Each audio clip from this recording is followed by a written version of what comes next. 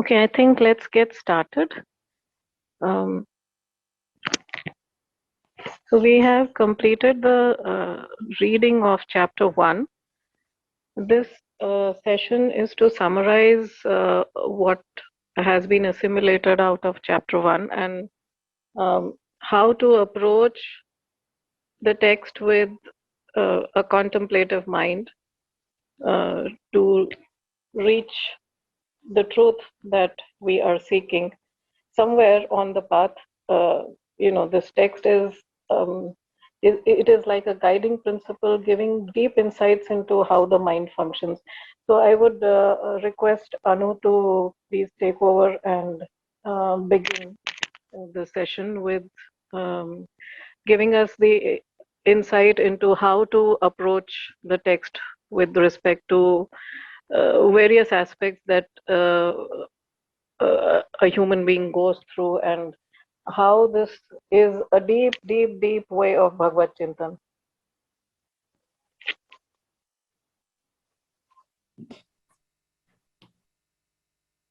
Okay, we'll start with a prayer.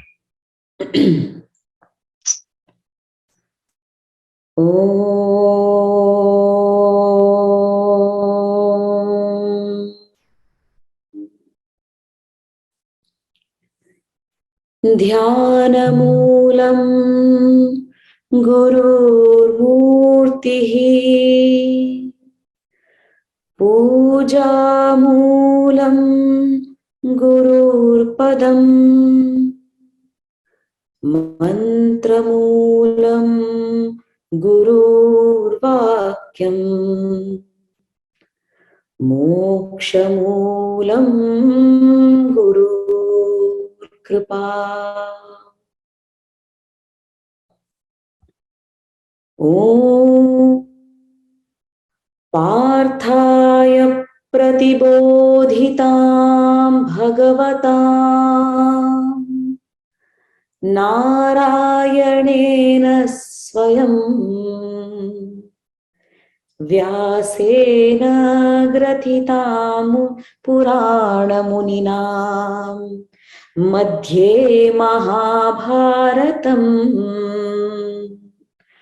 अद्वैतामृतवर्षिणीं भगवतीम् अष्टादशाध्यायिनीम् अम्ब त्वाम् अनुसन्दधामिनीम् भगवद्गीते भवद्वेषिणी.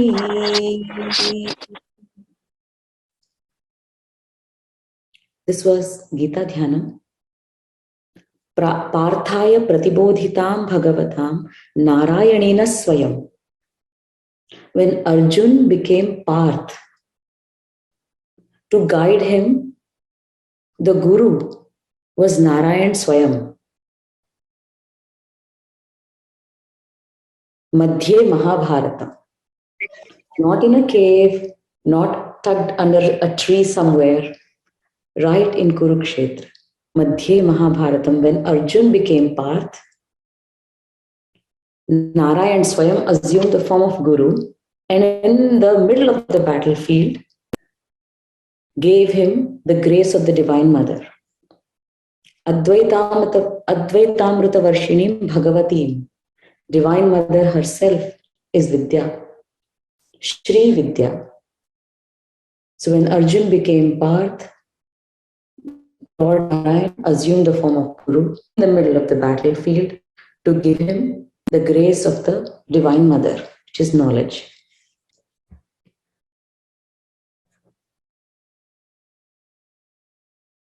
And let's not forget, Dhyana Moolam Gurur Murtihi. ध्यान का मूल गुरु की मूर्ति है, पूजा का मूल गुरु के पद हैं, मंत्र का मूल गुरु के वाक्य हैं और मोक्ष का मूल सद्गुरु की कृपा है. All else is commentary. So last time I shared how Bhagavad Gita was given by Lord Krishna And only Lord Krishna understands the entire Bhagavad Gita. We are all just, I don't even want to say trying, but we're all just attempting. So to understand Bhagavad Gita is impossible. And that's not the goal of the text either. That's not the goal of this study group either. So the sentiment with which we approach the text is very important because it's going to set the foundation. And the sentiment being that of bhakti and surrender. That Prabhu, I really don't know, and I don't have the intellect or the mind to understand your words. And I'm not here trying to understand intellectually, because mind you, intellectual knowledge takes up energy to store. It's like carrying a burden on your head. You need to hold it with some amount of energy. We are not here trying to hold on to more stuff. The esoteric meaning of this is that. The esoteric meaning of this is this. He represents that. He represents that. How much can you hold on? So we have to enter the text with a sentiment of deep surrender. That we don't know and we don't have the capacity to know. We don't have the ability to know the meaning of the words that have come from Lord Krishna's mouth. When the divine spoke, even look at Swamiji's discourses. You can listen to the same discourse over and over again, and every time you listen, you get a different meaning. Because the level at which he operates is different. But this is the beauty of surrender. When we enter the text with a sentiment of surrender, the Lord knows which knowledge to give when. He will make it available. We just enter in love, in bhakti, in deep surrender, not wanting to use any of our energy towards gathering intellectual knowledge, just in deep love of the Lord, deep surrender to the Lord, we enter the text. That's a sentiment of a child. The child doesn't wonder or bother what the parents are going to do, what kind of work they're going to do to put bread on the table. The child plays along, like Sri Ramakrishna Paramahansa says, I sing, I clap, I dance, I play, knowing that my Divine Mother knows what's best for me. With that sentiment, we have to enter. And someone asked Sri Ramakrishna, you are so knowledgeable, you know so much. He said, I'll tell you a secret. I don't know anything. I didn't even go to school. I'm an illiterate. But my Divine Mother, she knows everything and she speaks. Whenever people ask me a question, I just look upon her as a child and she answers. So it is very important we cultivate that sentiment that I don't know and I have no capacity to know. Because the mind and the intellect has been so well developed from all the education, it will say, I know. So continuously affirming to ourselves that I truly don't know and I don't have the capacity to know. But we all have the capacity to love. And that's what we do. We love the Lord with all our heart and He will make available whatever it is that we need to know. So that's the sentiment with which we will enter the text. Now, what should be the approach? We all know it was about Arjuna. We all know the Mahabharata. Intellectually, we get it. But the approach here is, this is about me. I am Parth. And how can I say that I am Parth? Because I am entering the text with a sentiment of surrender. Hence, I am Parth. This is about me. So the approach is, this is about me and my Krishna. Which me? The me that has surrendered. The me that has given up on this notion that I know. that me. Because when Arjun became surrendered, he became Parth. Supatra. He became ready to receive knowledge. Which is why Arjun Vishad Yoga is contemplation, is deep contemplation. And that's what we will see. So reiterating again, the sentiment should be that of surrender. The approach should be, this is about me and my Krishna. Now let's talk about which Krishna. The one who roamed about with gopis, the Dwarikadhish, the one who met Arjun in the battlefield? No. This is about my Antaryami. This is about myself. This is about my companion, my beloved, who is within me, as me, with me all the time. There is not a moment that exists without him. That Lord Krishna, nowhere outside, the one who is with me, in me, as me all the time. So this is about me, the surrendered me. And this is about my Krishna, the one who is my eternal companion. And where is this happening? This is happening right now within me. This is happening within me. This battlefield is within me. This is the approach that we need to take entering the text. We already talked about sentiment. That is of the heart. The mind needs to know this is about me. This is about my Lord Krishna, and this is about what's happening within. Which means all the warriors that are listed, they all exist within me as energies. The ahankar, the ego, is Duryodhan. Forget about these names. Forget about who are these warriors and what they represent and what they might represent. Remember, it's a trap. This is about me, and I'm going to address it head on, being guided by my Lord Krishna, by my Krishna. Always address your Ishta as mine. It really breaks that distance away. My Divine Mother, my Swami, my Lord Krishna, my Antaryami.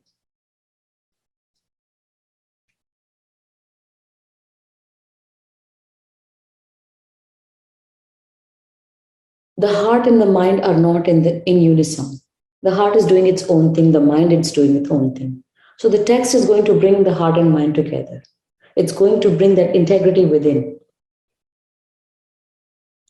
In the heart, we're going to harbor love, bhakti, surrender.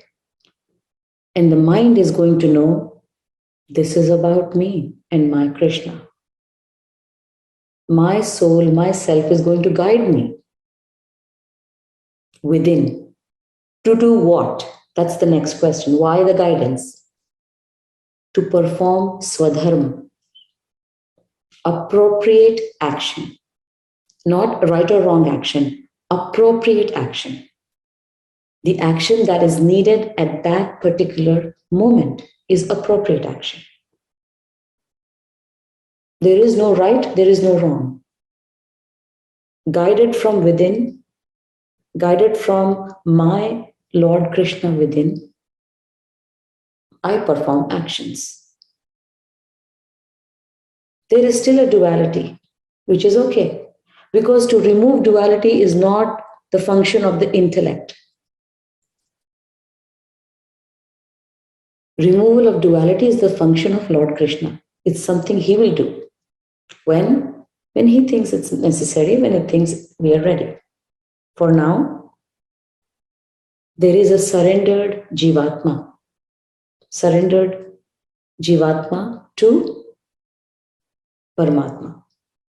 And that's what we are going to do. Approach the text with the mindset that this is about me and my Lord Krishna.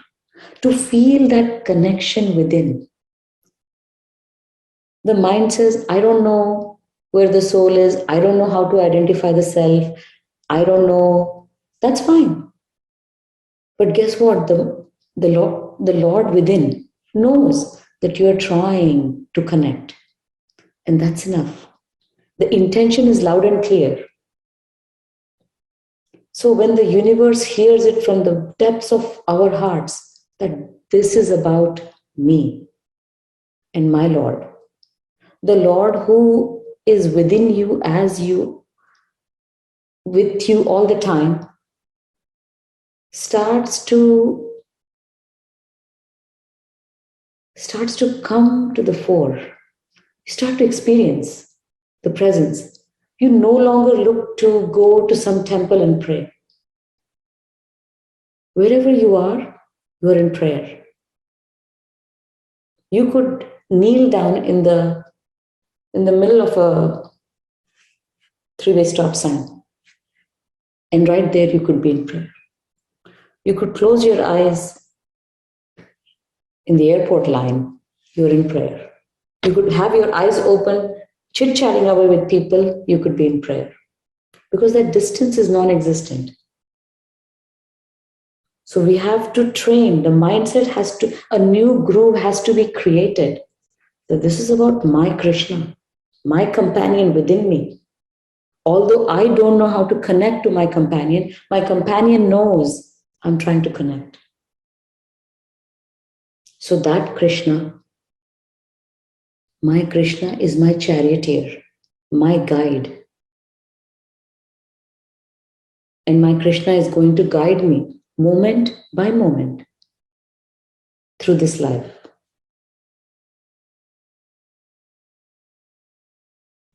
Because moment to moment, I have to perform actions. Every moment I'm supposed to act. I'm supposed to respond to life. And that response needs to be guided from within by Lord Krishna. We all know the story of Mahabharata. If you look back, every move Arjuna made, it was guided. And it wasn't questioned. All the questions got over during Bhagavad Gita. Once the questions were over, he said, now whatever you tell me, I will do. There are no more questions remaining.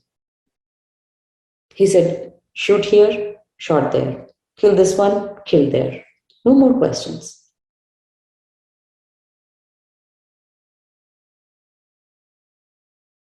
But to reach that state, wherein moment to moment you are guided, all your actions are guided, your words are guided, there is a lot of surrender needed in the heart. The mindset needs to be, this is about me. This is about connecting to the divine within me. At least the divine needs to see that you're making some attempt to connect. All the attempts might be flawed. All the attempts might be flawed. But the intention is pure, and that's enough. Because the Lord sees the intention before the actions. Because intention happens first, and then it gets muddled up with the conditioning of the mind, and then some action happens. So let the intention be there, that this study is about me, is about the battlefield within me. Now let's try to understand, what is the big battle about? What's the big fuss about? After Lord Krishna brought the chariot in the middle of the battlefield, and he said, why don't you look at the entire army, the enemy forces and yours. There, Arjuna saw among both armies fathers, grandfathers, teachers, maternal uncles, brothers, sons, grandsons, friends, in-laws, and companions. This is a very, very important verse right there, because it shows, first, when he saw the enemy forces, what did he recognize? We all perceive the world based on our own conditioning. What did Arjuna see? He saw fathers, grandfathers, teachers, uncles, brothers, grandsons, friends, in-laws, companions. See, he didn't see people. He saw his relations, how he related to those people.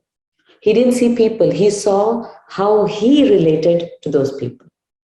And what did that bring about? What did my grandfather teach me? What did my father teach me? What did my uncles teach me? What did my in-laws teach me? What did I learn from my maternal uncles? So you see, within us, we have all of this as pitra, as conditioning that's been passed on in our genetic makeup. Which is why Swamiji quotes that story of Buddha about Buddha talking to one of the disciples about, did you kill your parents? Because within us, we have conditioning passed on to us from our fathers, grandfathers, uncles, in-laws, companions, friends, everyone around. Family and society has shaped us, has shaped our perception. So first thing in this chapter to recognize is he realized how deeply conditioned he is from all these relations. We all act a certain way, we all act differently, but a certain way because of our influence from all these people. So the first step in contemplation is this a conditioned behavior? Is this a reaction or is this an action that I'm performing? If I'm constantly getting angry, is this an action or a reaction? No child is born with anger. No child. Anger is introduced in a child's life from people around, family and friends. So a child is pure, but the influence of teachers, uncles, brothers, fathers, grandfathers, in-laws, companions, all of these people shape a child.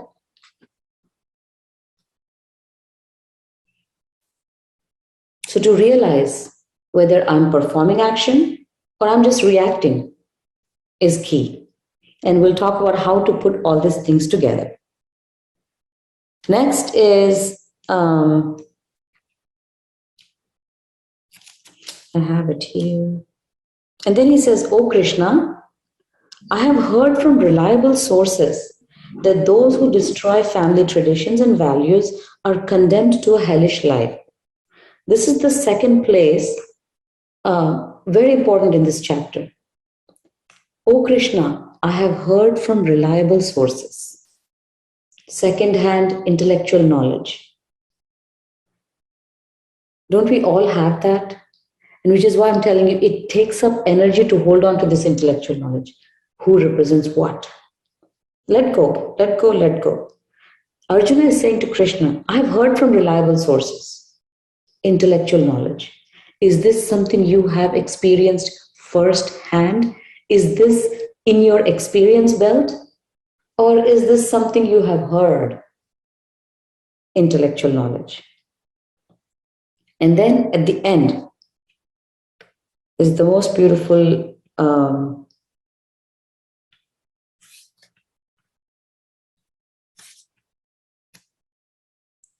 tiny book.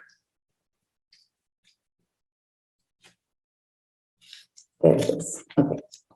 Having spoken thus, Arjuna cast aside his bow and arrows and sat down on his chariot, his heart overcome with grief.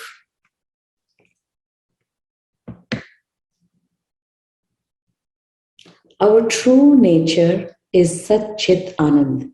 Our true nature is bliss, love. So why is it that we experience grief? This is where contemplation has to begin in this study group.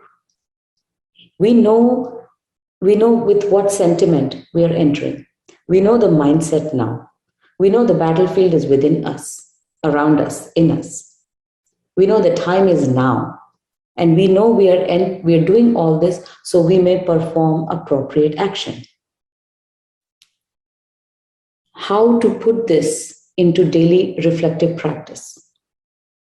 Whenever we experience grief within, can we have the courage to, one, question conditioning from fathers, grandfathers, maternal uncles, family, friends, companions, everyone? Can we identify what is that conditioned view that's causing this grief? If my true nature is Sat Chit Anand, if my true nature is bliss, where is this grief coming from? It cannot be coming from within. It cannot be my true nature. Where is this coming from? A, is it coming from the conditioning passed on to me from my family and friends? B, is it coming from intellectual knowledge? And there is a third one.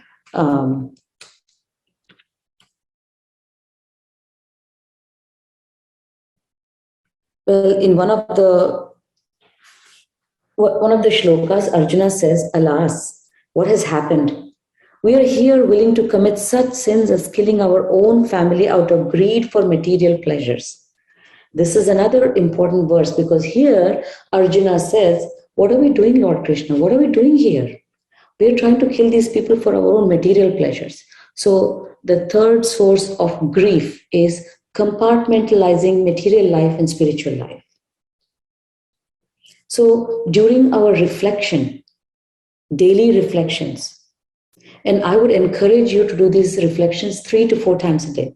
Okay, 4 might be too much. 3 times a day. At breakfast, lunch, and dinner. While we are eating.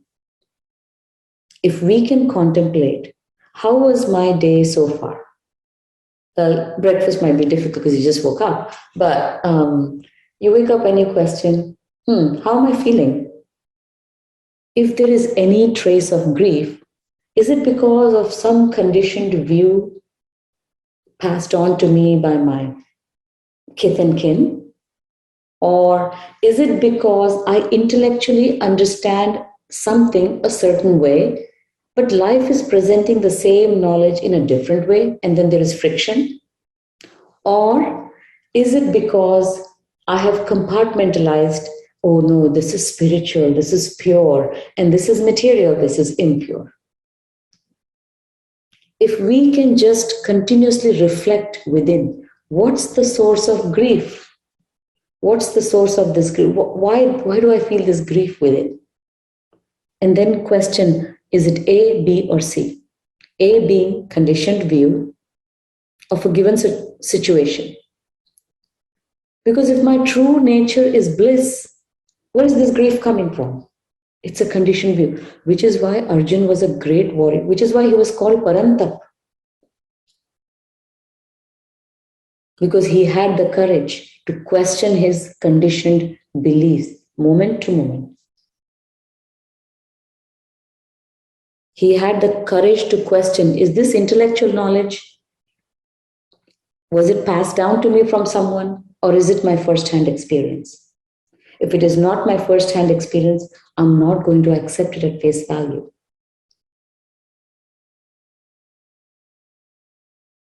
And am I compartmentalizing life into spiritual and material?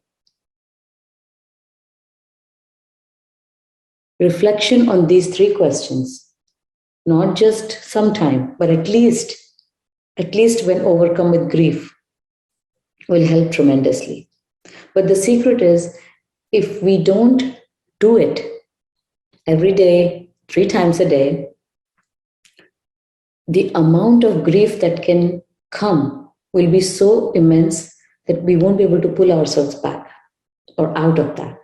Which is why it's important to practice it slowly. And the best reflection happens when we are in a good state of mind. When the mind is not overtaken by grief, that's when you can reflect the best. So maybe one reflection at 10 a.m., one reflection at 3 p.m., and one at 7 or 8, or even just before going to bed. Was my heart overtaken by grief? Did anything bother me today? If it did, let me bring that situation in front of me and look at it. Am I looking at it with a conditioned view? Am I looking at it with some intellectual concept of how the situation should be? Or am I discarding it, thinking it's impure and it's not spiritual and it's material? What am I doing? Because all life is one.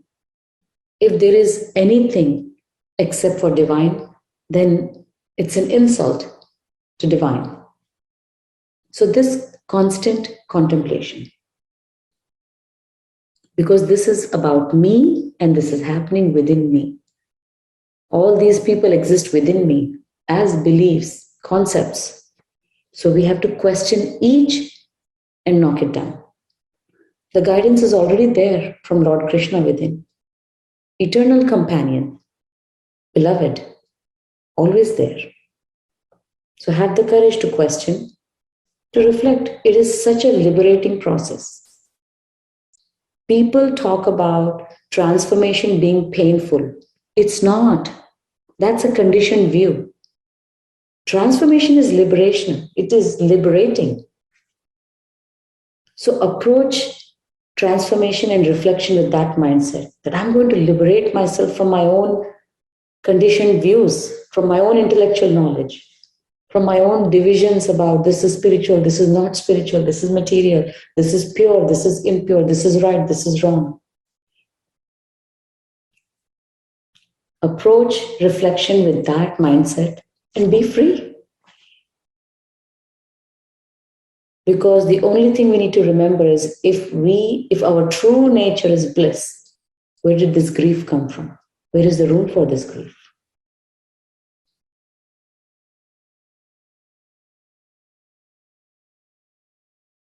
And all this is possible with just one thing: surrender in the heart. It's a language of the heart. Deep love and surrender for the beloved, for the companion within. यह श्रुति वेद कहता, गुरु बिना ज्ञान कैसा. यह श्रुति वेद कहता, गुरु बिना ज्ञान कैसा. ज्ञान बिना मुक्ति कैसी आए तेरे ध्यान में. गुरु ब्रह्म रूप जानो, शिव का स्वरूप मानो. गुरु ब्रह्म रूप जानो, शिव का स्वरूप मानो. ओम स्वामी, ओम स्वामी, ओम स्वामी. That's all I had to share.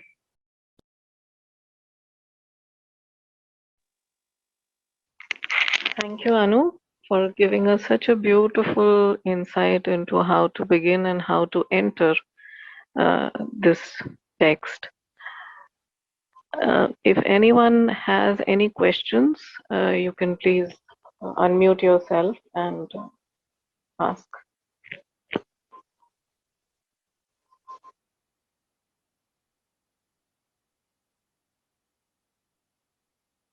Or if anyone wants to share their takeaway and contemplation on this first chapter with us, you may please unmute yourself.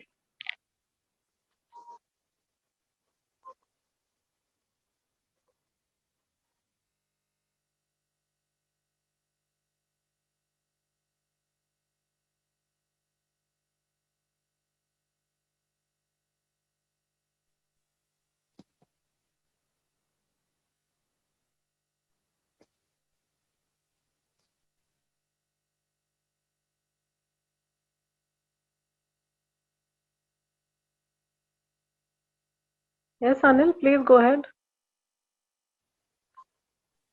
No, it was about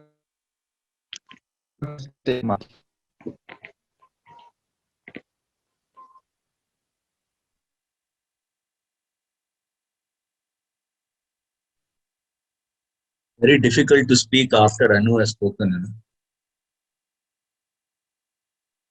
So she covers everything, so very little to speak after she has spoken.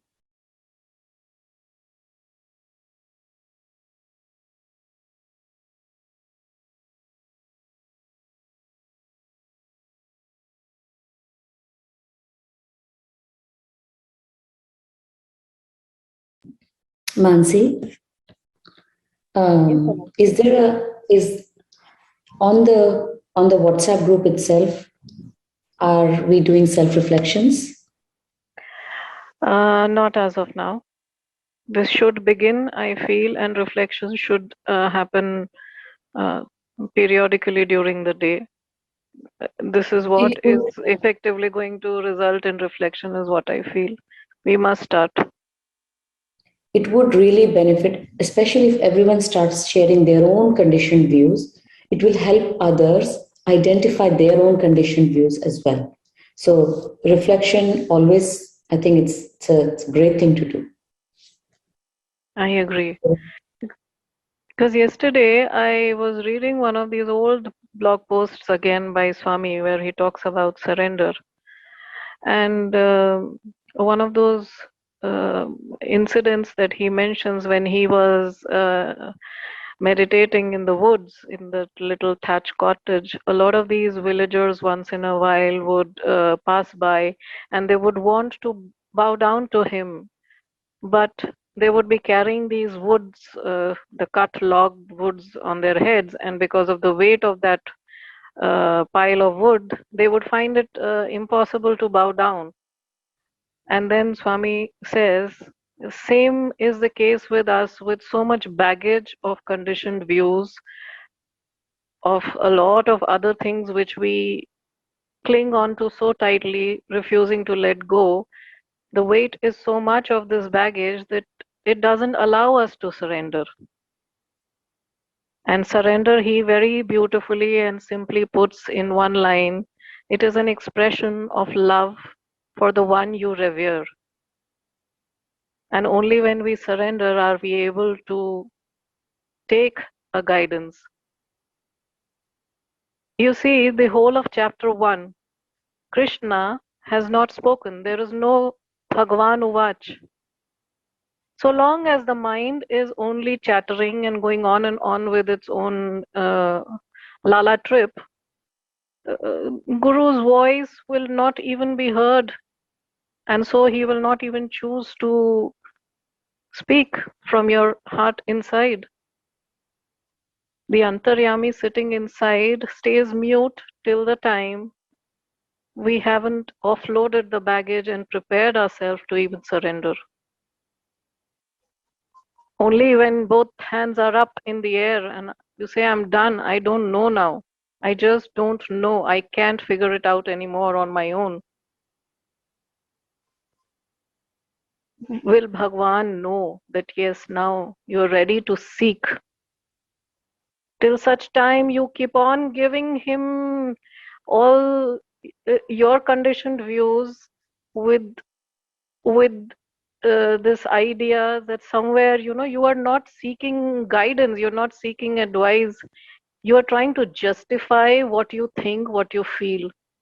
All this that Arjun is going on and on in chapter 1 with is nothing but he's trying to justify how he's feeling right now.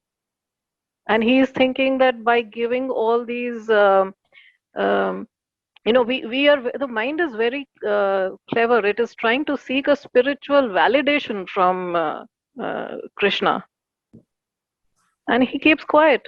He does not speak till such time he has finished. He has just he has expressed everything, and now there's no more. The whole of chapter 1, Bhagwan is absolutely mute. And when I personally contemplate on it, I feel every time love has departed from your heart and has been taken over by conditioned views, has been overtaken by ego, by greed, by selfishness, the result is war within and without. This is my simple takeaway from chapter 1. The real source of grief should be, I don't know my own companion. Very true. Arjuna is grieved about other things. Lord Krishna is just smiling. That I'm your companion and you don't recognize that. So let's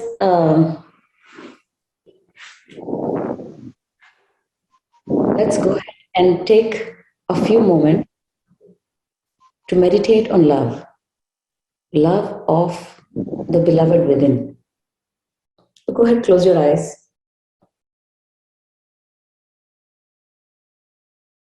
Our attempts of connecting with beloved are all flawed. But the beloved sees our attempts. Knowing thus, smile.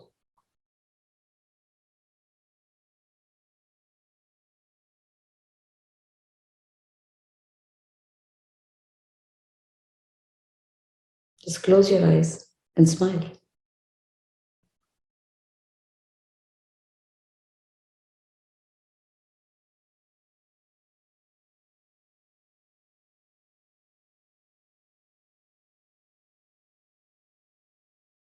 Can we do that multiple times in a day? Open your eyes and smile within your heart. Let that smile come on your lips. The Lord within knows I'm trying to connect, and that's enough.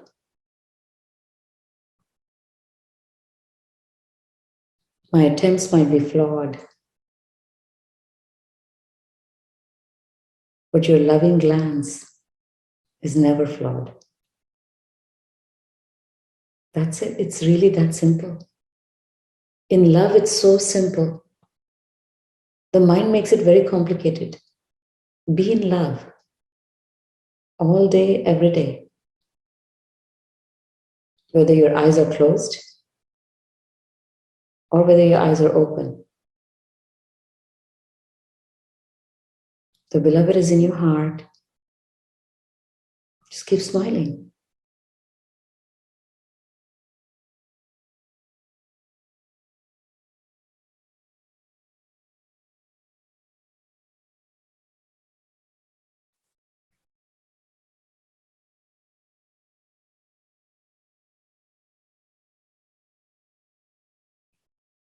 Let's not focus on our actions. Focus on the intention to connect.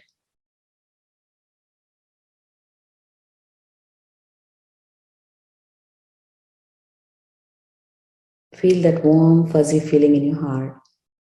Beloved, Lord Krishna, Divine Mother, right there, so close to you. No distance. Right there. Smile. Smile because you're in love. You reached home.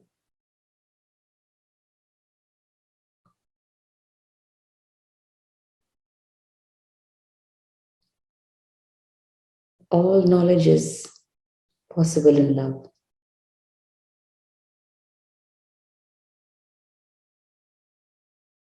It's the greatest siddhi, greatest emotion. Start with being in love with the beloved. Start with that. I'm in love. I'm in love. And then the I will disappear. You just love.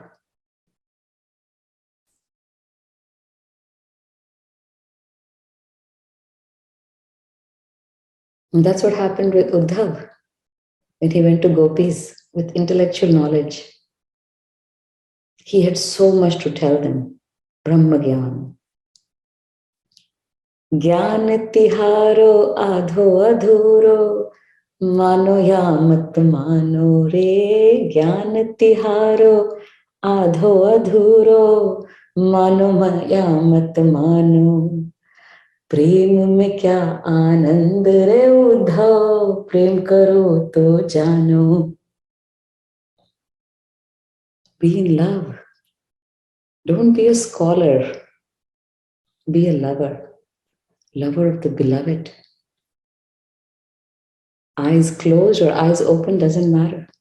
You're smiling because you're connecting with your beloved. All the connections are flawed, and that's the beauty of it. All your connections are flawed. But the beloved knows. Smile in love, be in love. All self-reflections, all transformation becomes easy. It's like a cakewalk, and you're smiling. That's what Narad Rishi says in Narad Bhakti Sutra. Whether it is Siddha Avastha or Sadhana Avastha, Bhakti is Parama Prema Rupa. It's equally sweet in the Sadhana Avastha and Siddha Avastha. Be in love. If you're in love with Lord within, He will make anything and everything possible. Constantly tell yourself, I'm in love. I'm in love with my beloved Lord. I'm in love with my beloved mother. I don't know any intellectual knowledge. All I know is to love.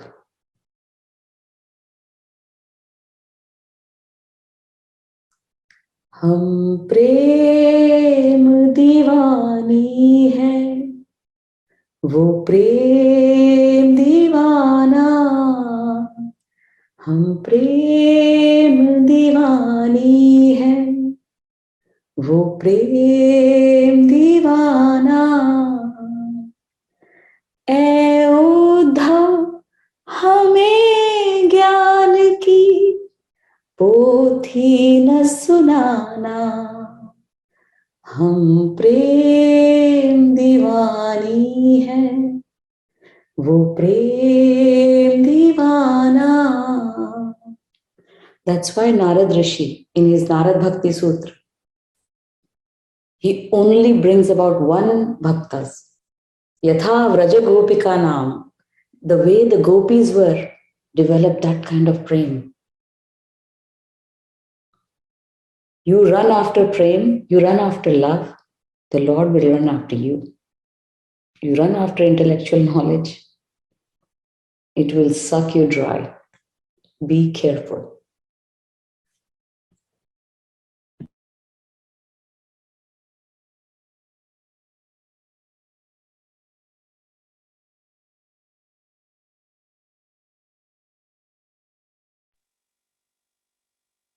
Thank you, Anu. I'd request you to now close this beautiful session till we step into the next chapter and meet again.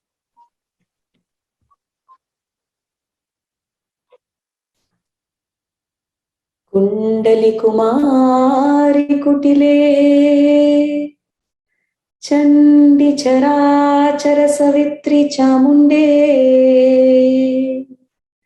Gunini Guharini Guhye Gurumurte Tvam Namami Kamakshi. Gurumurte Tvam Namami Kamakshi. Gurumurte Tvam Namami Kamakshi.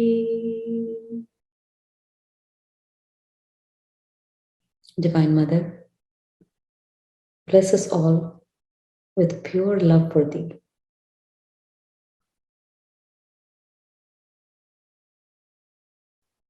Make us all fall madly in love with You. All else is commentary. Narayani, Namostate. Om Swami, Om Swami, Om Swami.